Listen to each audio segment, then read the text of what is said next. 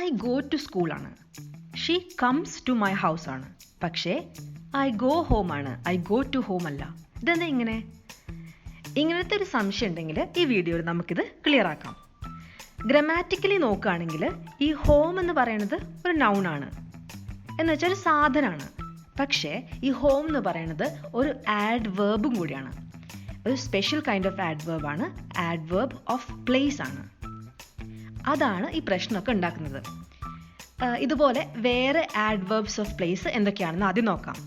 Around, behind, down, in, off, on, over, anywhere, somewhere, elsewhere, everywhere, indoors, outdoors, inside, outside, abroad, out, east, west, north, south.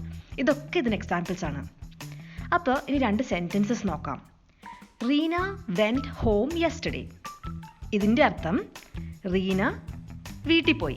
പക്ഷെ റീന ആരുടെ വീട്ടിൽ പോയി? റീനയുടെ വീട്ടിലാണ് പോയത്. Reena went home yesterday. റീനയുടെ വീട്ടിൽ പോയി. ഇനി വേറൊരു സെൻറ്റൻസ് നോക്കാം.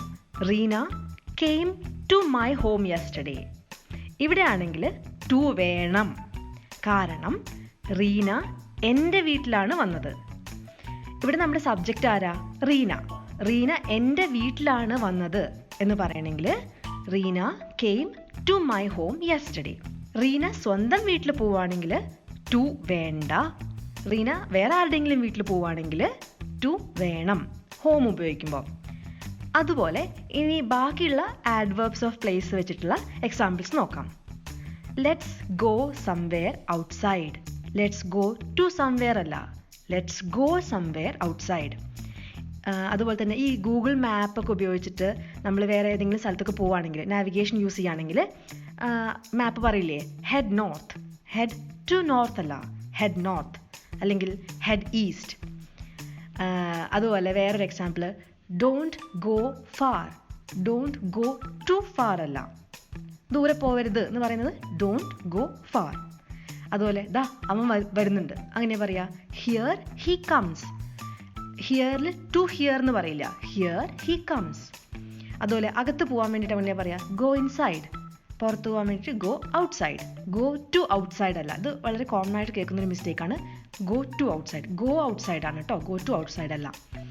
അതുപോലെ നമ്മുടെ പൂച്ച തട്ടിമ്പുറത്താണ് പോയെന്ന് തോന്നണേ, ഇതെങ്ങനെയാ പറയാ? I think the cat went upstairs. അല്ലാതെ I think the cat went to upstairs അല്ല, I think the cat went upstairs. അതുപോലെ വിദേശത്തേക്കൊക്കെ പോവുകയാണെങ്കിൽ ഐ എം ഗോയിങ് അബ്രോഡ്. ഇപ്പോൾ നിങ്ങൾക്ക് ഇംഗ്ലീഷ് ഇങ്ങനെ കുറേ റൂൾസ് ഒക്കെ ഉണ്ട്, അതുകൊണ്ട് പഠിക്കുന്നത് ഡിഫിക്കൽട്ടാണെന്ന് തോന്നുന്നുണ്ടാവും അല്ലേ? ഇതിനെന്താ ചെയ്യാന്ന് വെച്ചാൽ നമ്മൾ കുറേ ഇംഗ്ലീഷ് ബുക്സ് വായിക്കാം, പിന്നെ കുറേ ഇംഗ്ലീഷ് കോൺവെർസേഷൻസ് കേൾക്കുക. അപ്പോൾ ഇങ്ങനെ ചെയ്യുമ്പം ഈ വേർഡ് കോമ്പിനേഷൻസ്, എന്താണ് കറക്റ്റ് എന്താണ് തെറ്റ് എന്നുള്ളത് നമ്മൾ തനിയെ പഠിക്കും.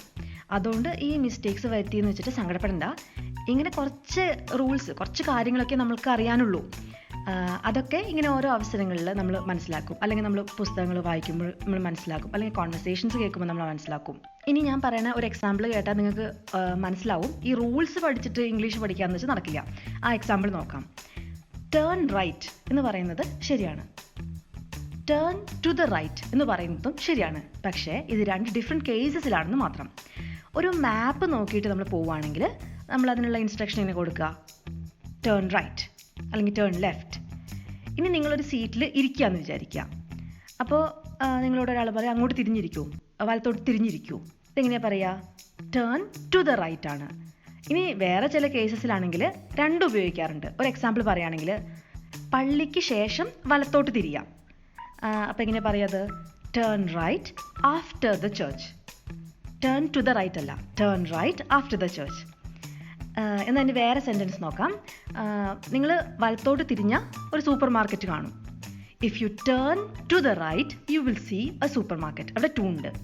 ഇതാ ഞാൻ പറഞ്ഞ റൂൾസ് പഠിക്കാൻ നിന്നാൽ നമ്മൾ ഭയങ്കര കൺഫ്യൂസ്ഡ് ആവും. അത് നോക്കി നമുക്ക് ഇംഗ്ലീഷ് കോൺവെർസേഷൻ തുടങ്ങാൻ പറ്റില്ല. അതുകൊണ്ട് ഇതെന്താ ഇങ്ങനെയെന്ന് അറിയാൻ വേണ്ടി മാത്രം നമുക്ക് ഗ്രാമർ റൂൾസൊക്കെ നോക്കാം. ഈ ഗ്രാമർ നമുക്ക് പഠിക്കാനുള്ള ഏറ്റവും എളുപ്പമുള്ള വഴി എന്താണെന്ന് വെച്ചാൽ ഞാൻ നേരത്തെ പറഞ്ഞ മാതിരി ബുക്സ് വായിക്കുക ആൻഡ് ഇംഗ്ലീഷ് കോൺവെർസേഷൻസ് ശ്രദ്ധിക്കുക. അപ്പോൾ നമുക്ക് ഓട്ടോമാറ്റിക്കായിട്ട് ഇത് മനസ്സിലാവും, പഠിക്കാൻ പറ്റും. അപ്പോൾ അടുത്ത വീഡിയോയിൽ ഇതുമാതിരി കൂടുതൽ ഇംഗ്ലീഷ് ടിപ്സുമായിട്ട് വരാം. ഈ വീഡിയോ നിങ്ങൾക്ക് ഇഷ്ടപ്പെട്ടിട്ടുണ്ടെങ്കിൽ ഒന്ന് ലൈക്ക് ചെയ്യുക, പിന്നെ സബ്സ്ക്രൈബ് ചെയ്യാൻ മറക്കരുതേ. Bye bye.